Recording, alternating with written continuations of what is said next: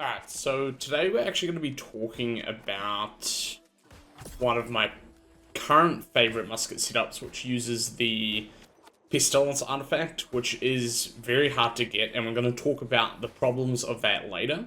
But I want to focus on the build first, talk about Prephs, talk about best in slot as well, and the things you want to chase, and why I've personally been liking this build a lot more recently over the last couple of weeks.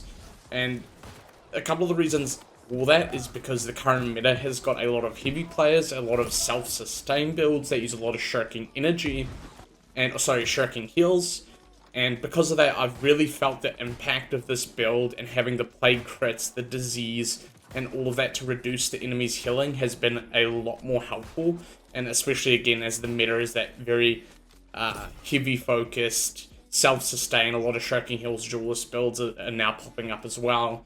And I've really enjoyed this build, and I've gotten great results from it.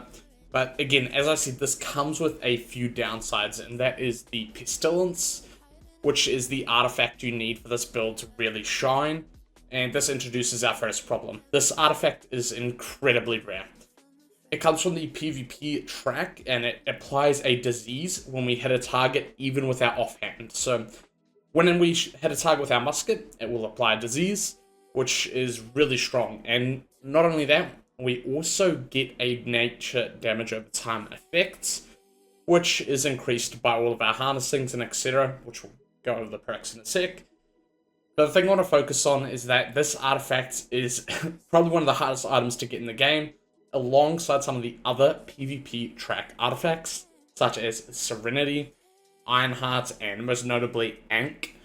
The PvP track artifact system is really bad, and this is something that should have been changed months ago, even a year ago, and it's probably made a fair few people stop playing the game. Now, I play, a lot of hours of this game, I play almost 8 hours a day because this is my job, and I'm very thankful that I can do that, but the problem is the regular player is high chance never even seen this item or gotten the opportunity to use it.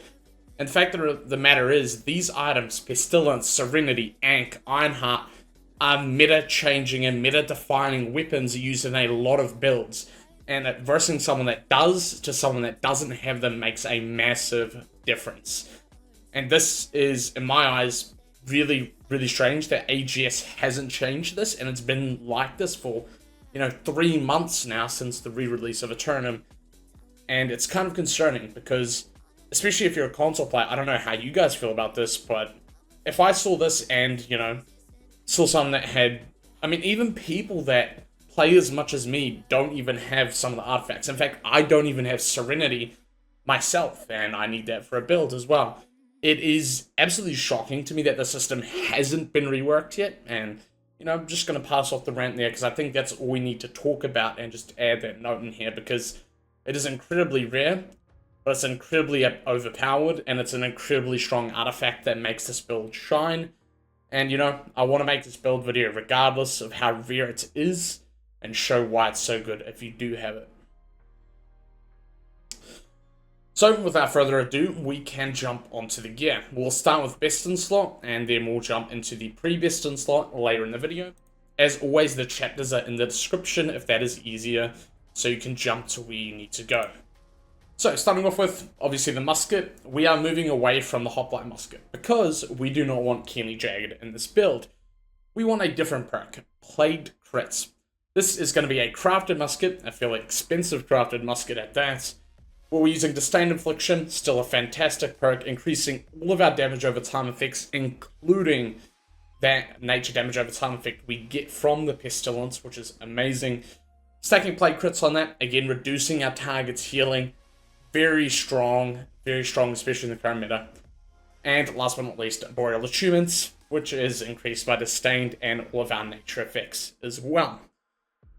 Again, nothing really comes close to Attunement. It's been meta on musket for, a couple of years now, and it really won't go anywhere unless they make significant changes or a new perk comes along. It's just straight up bonus damage, right? Can't go wrong. Now we're going to jump onto the Pestilence itself. This, as I said, is an incredibly rare artifact. I hope AGS changes the PvP track, because it is abysmal that it's been left in the state for as long as it has. But you're going to notice something. So Pestilence itself doesn't actually come with a gem slot. When you get the Pestilence, you will have to add the gem slot yourself through gem setting pins, which you can either craft or just buy off the trade post that bundle equips. So you can either buy them from, I think, the faction shop, you can buy them from the trade post, either or, just buy the gem setting pins. You can chuck them on the Pestilence at the gypsum kiln, easy as. And then you would add an Arboreal Gambit, in my opinion, so more damage when stam's not full, and you get that nature damage over time effect on top of the other nature damage over time effect from Blighted Enchantment. So here's that perk we're talking about, Blighted Enchantment. Attacks from both weapons against targets inflict a stack of poison and decrease incoming healing by 5%. As said, this works on both weapons, which is fantastic for this build and really helps the the healing self-sustain meta, and is really performative, especially from my testing over the last week. It has been amazing and yielded great results, especially again with all those self-sustain. On top of that, you have Pierce. Now, this is exclusive to the blunderbuss damage. This doesn't work on both weapons this side of the perk here. That said, it's still a great option, and when we jump into the stats later on, you'll find yourself using your blunderbuss abilities quite a lot and actually getting kills with it as well. Because of the stat split we run, we can actually use both and sort of create almost a gunslinger vibe with this build, which I think is very fun. On top of that, you get another Plague crits. Fantastic. More of that is always good. Now onto the head. So we're running Elemental Aversion and Nature Harnessing. A little bit of Flame Conditioning. I'm still taking a lot of fire damage in the current meta. I do want to quickly add a note. You will see the gem in my rune glasses is Slash.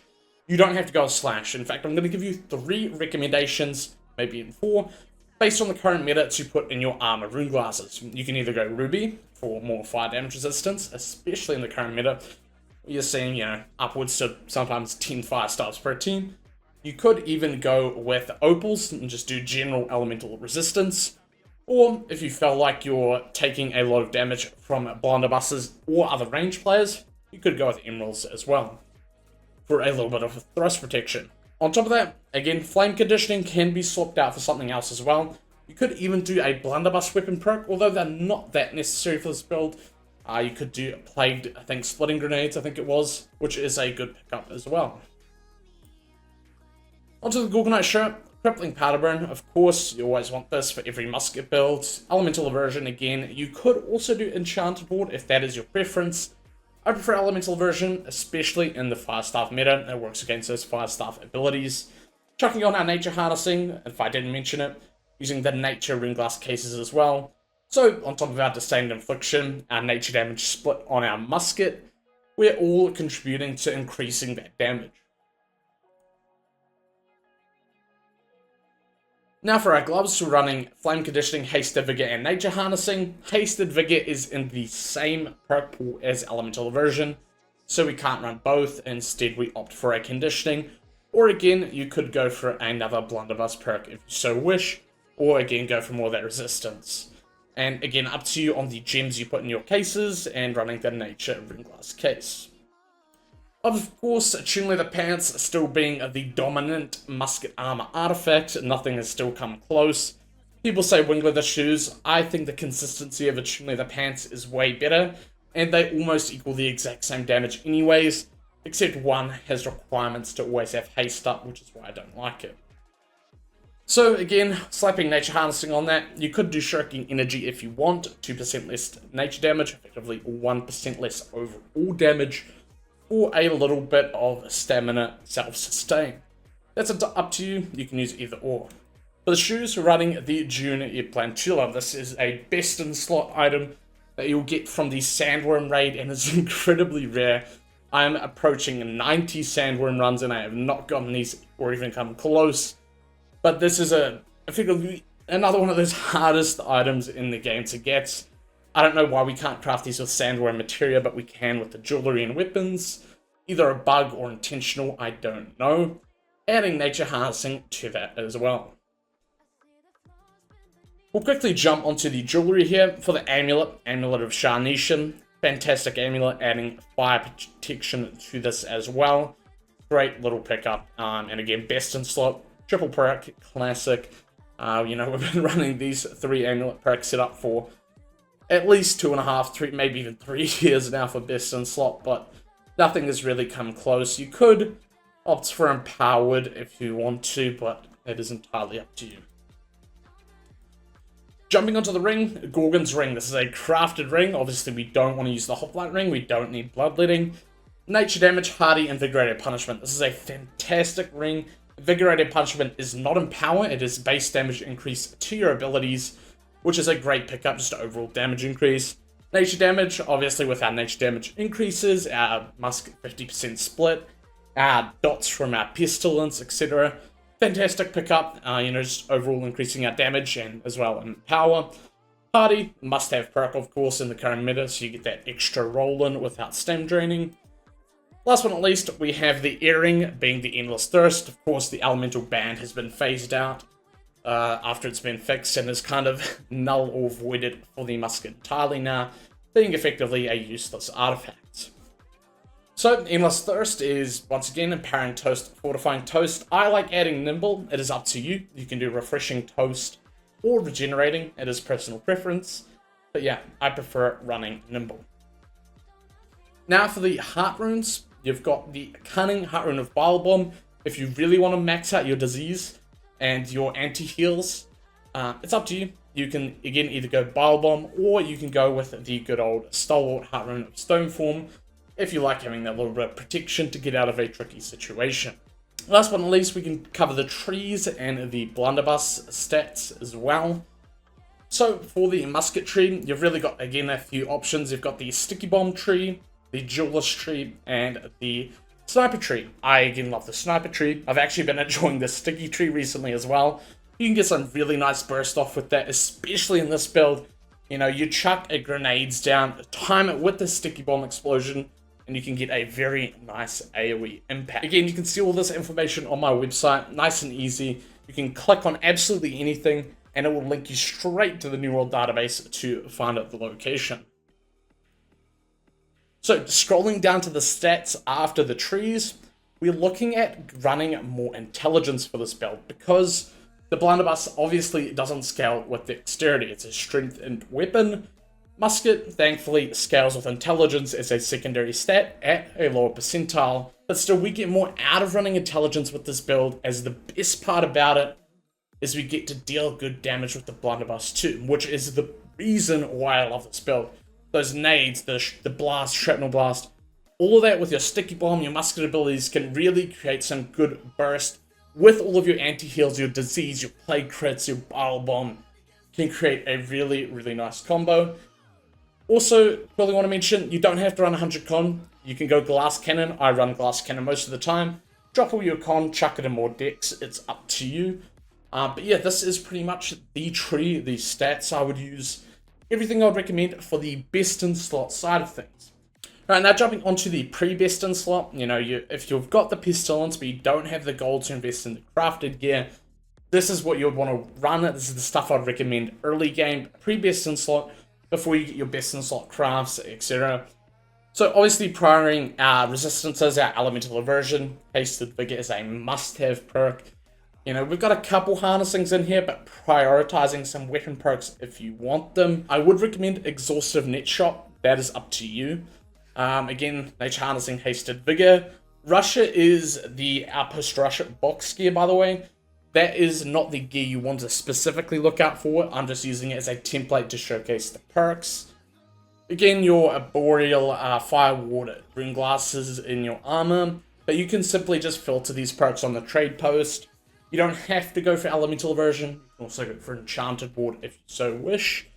I've also added crippling powder burn to the pants here, and this is just a quick little note. This also includes a note for the best in slot. You could put crippling powder burn on your pants, and that makes it more universal for all of your other musket builds if you play them.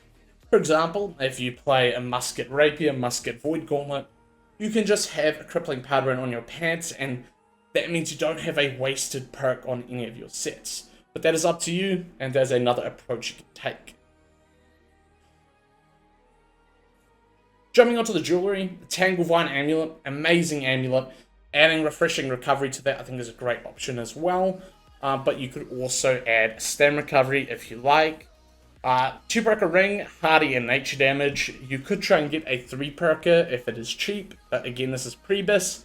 You don't want to shell out too much gold until you're ready to craft bis. Endless Thirst, again, fantastic artifact. You still want this regardless of bis or pre-bis and slot. Again, we mentioned the Syncretic Musket, of course the Pestilence, adding in the gem setting pins. That pretty much covers everything. And again, for stats on pre-best and slot, you're going to be looking at something like this.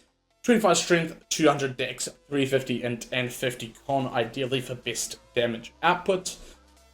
This is, again, what I would recommend, and this is my favorite take on the Musket Pestilence or Musket Blunderbuss setup, aka the Gunslinger, if you will.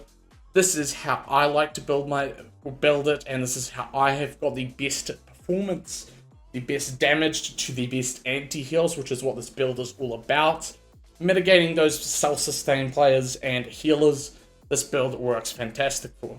With that said, enjoy the clips, and I'll see you guys in the next one.